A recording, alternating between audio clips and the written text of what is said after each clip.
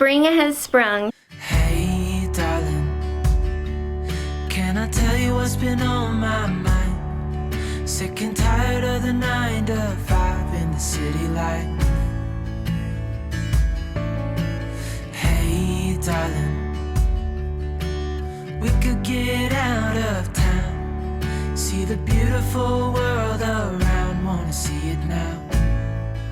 It's time to finally start switching over our newest chicks onto their layer feed. Personally, I like to do a gradual switch from the chick starter to the layer pellets. So what I do is I take their original feed, mix it in with some layer pellets until eventually they're all 100% layer pellets. That way they're not just kind of shocked from going from the crumbles to the pellets. Y'all know my absolute favorite chicken feed is Purina's organic layer pellets. So let me go get our newest bag of that.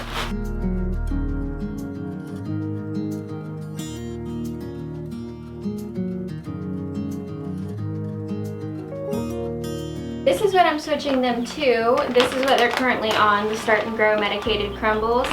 And I'm gonna take their feeder and just kind of do like a half and half, and then top it off with the layer so they'll eventually be on the layer.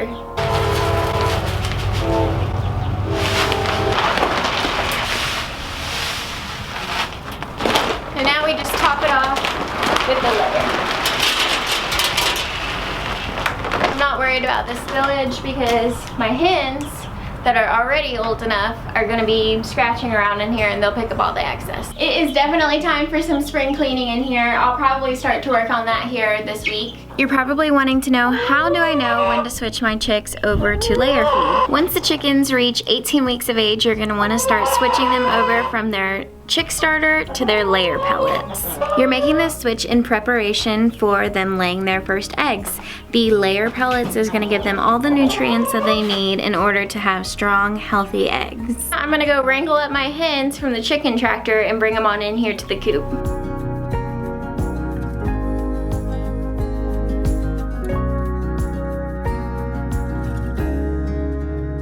You're the first one. No more chicken tractor, back in the coop. There we go. Number 2. Everybody's checking out the new chicks. If you've never introduced new chicks to a flock, this is totally normal behavior. That's why I have the chicks in the wire cage to separate them, and they'll be in that for a couple weeks until they really get established with the flock, and then we'll come out here at nighttime and put them up on the roost bars with the other hens at night. That way they don't really notice it, and it's always worked great for us. We've never had an issue. Chickens are super nosy though. They want to know who the new people on the block are, and they have to establish a new pecking order every time we add in new chicks.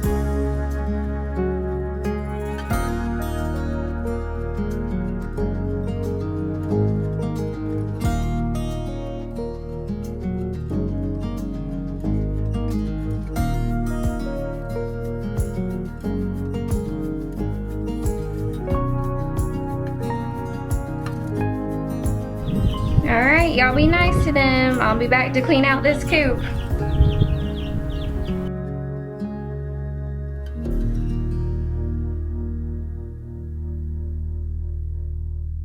I went into Tractor Supply yesterday and I noticed all the seeds everywhere, and I couldn't resist. I had to go ahead and get some for our spring garden. This year our garden's gonna be a little bit different because we're gonna have it out on our land instead of our backyard. Woo. Yes, this is super exciting, but it means we have a little bit more preparation that we need to do because it's not all ready to go for us yet this year. Yep, it's gonna be like starting from scratch again.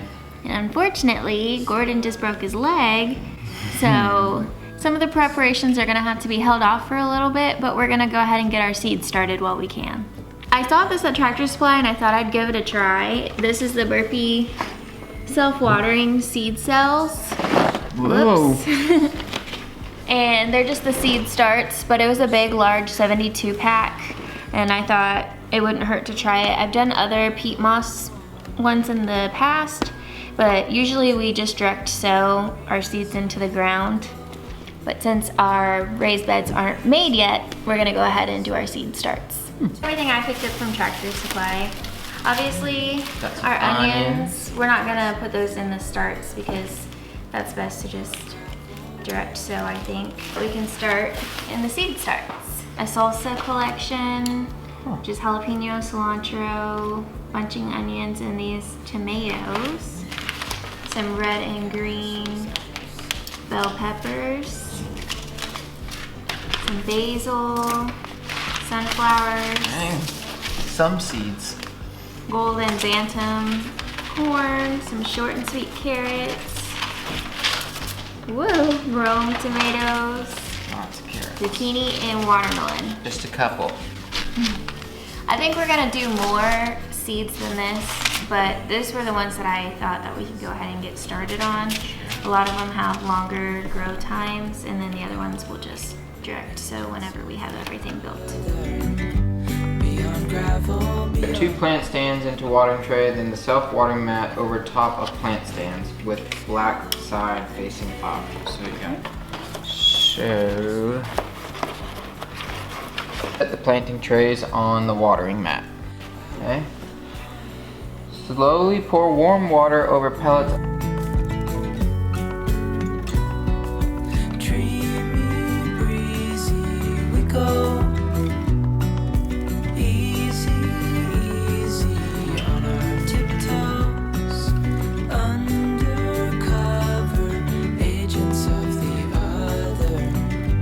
Beyond gravel. What's the next step? Next step is after the pellets expand, we need to use the wood soil mixer stick to loosen the core and even out soil in each cell. Easy on our tiptoes. Undercover agents of the other. Beyond gravel, beyond all.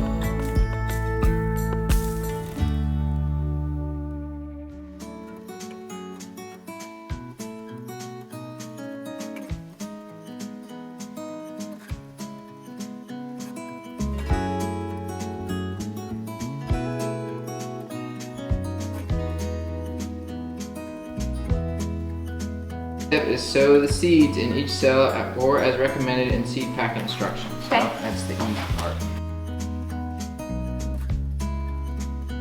We have 72 cells, and these are all the things we want to plant.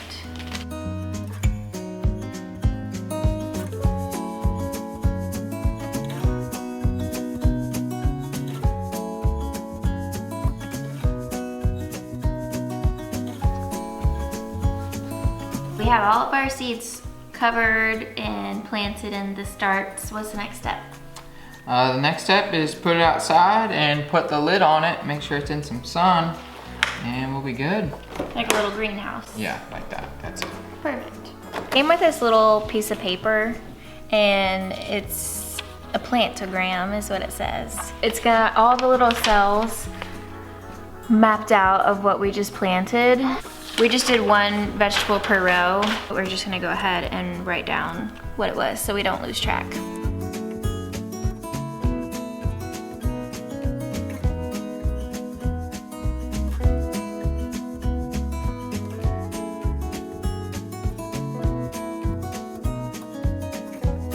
See how this has the A, B, C, and D?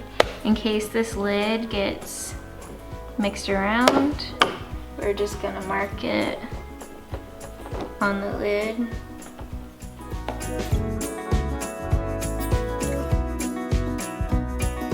Pretty windy, so I just had to tape around all the edges to make sure that this little lid doesn't fly up.